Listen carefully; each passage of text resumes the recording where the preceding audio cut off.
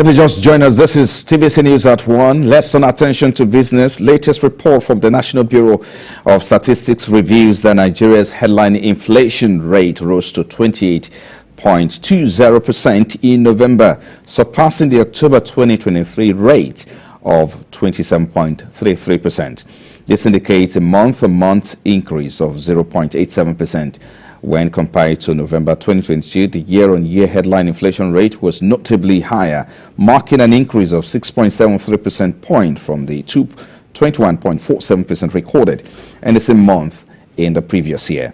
On a month-on-month basis, the inflation rate for November 2023 was 2.09%, showing a 0.35% increase from the October 2023 rate of 1.73%. While food inflation rate stood at 32.84%, marking an increase of 8.72% point from the November 2022 rate of 24.13%.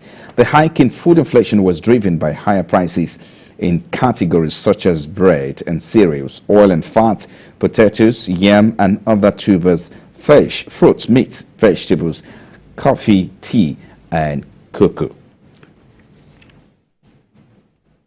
And our Nigerian Electricity Regulatory Commission says the country's power sector has witnessed a 219% increase in liquidity over the past 9 years to hit 900 billion naira in 2023 compared to 282 billion naira in 2015.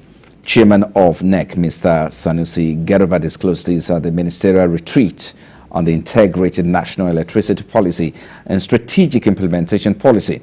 Mr. Garba said this increase in liquidity has also supported the improvement of DISCO's revenue and reduced the subsidy burden on the government from 528 billion naira to 115 and 155 billion in 2022.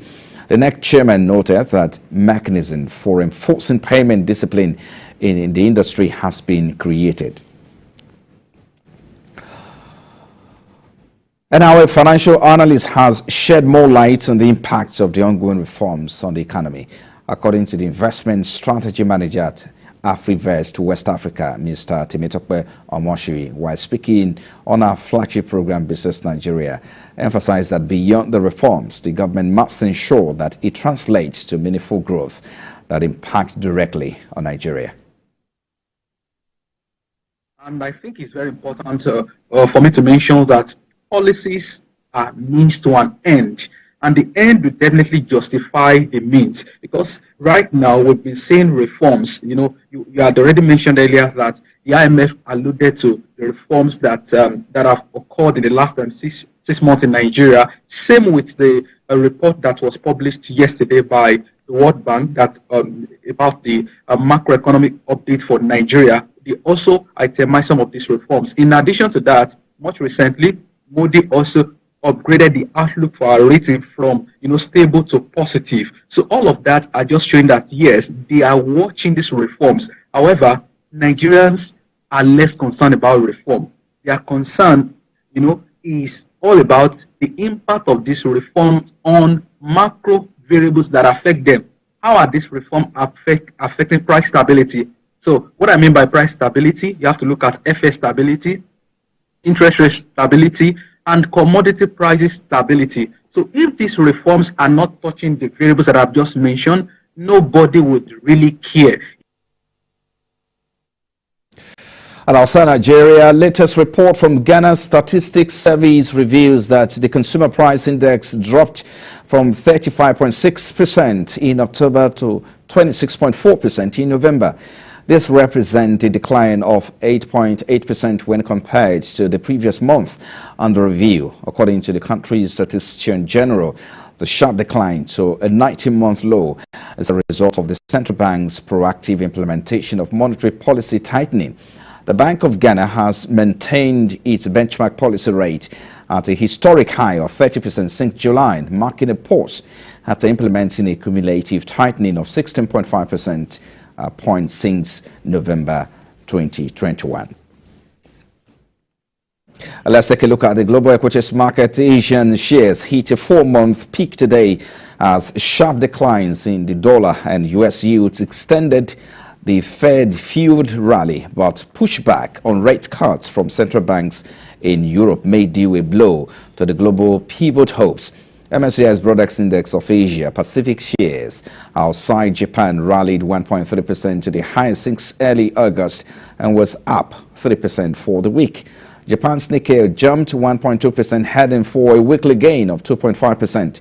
Chinese blue chips rose 0.8% to pull away from a 5-year low, while Hong Kong Hang Seng Index surged 3%. On Wall Street, the Dow Jones climbed to a fresh all-time high, and the S&P 500 and Nasdaq made new 2023 peaks as market wagged on a total of 150 basis points in easing expectations, the equivalent of 6 cuts for the Fed next year. And China's property sector worsened in November as negative home buyer sentiment and indebted developers drove down sales and investment, while broader retail sector activities missed focus, suggesting more support is needed to shore up demand. Data from the National Bureau of Statistics show China's new home prices fell for the 5th straight month in November, while property investment fell 9.4% from January to November year-on-year, after a 9.3% drop in January to October. The world's second largest economy has struggled to mount a strong post-COVID recovery as distress in the housing market, local government debt risk, and weakening global demand slowed momentum. While the Asian giant grew faster than expected in the third quarter, domestic demand has remained tepid, and manufacturers have had to discount prices to find buyers. And General Motors has announced it is laying off about 1,300 workers at 2 Michigan auto factories in early January. The largest U.S. automaker said 945 workers will be laid off at its Orion assembly plant, which is ending production of the Chevrolet Bolt electric vehicle and being converted for electric truck production that will start in late 2025. Another 350 out of 1,400 total workers at its Lansing Grand River plant will be laid off due to the end of Chevrolet Camaro production, but the factory will continue producing the Cadillac CT4 and Cadillac CT5. But while General Motors said affected hourly employees will be offered positions at other factories. And crude oil prices rose today, on track to notch their first weekly rise in 2 months after benefiting from a bullish forecast from the International Energy Agency on oil demand for next year and a weaker dollar. U.S. West Texas Intermediate crude rose to sell at $71.79 per barrel with an upsurge of 0.29%. Brent crude futures also experienced an upward price review of 0.27%, selling $76.82 per barrel. And Bonnet Light recorded an uptick of 4.45%, selling at $70.55 per barrel.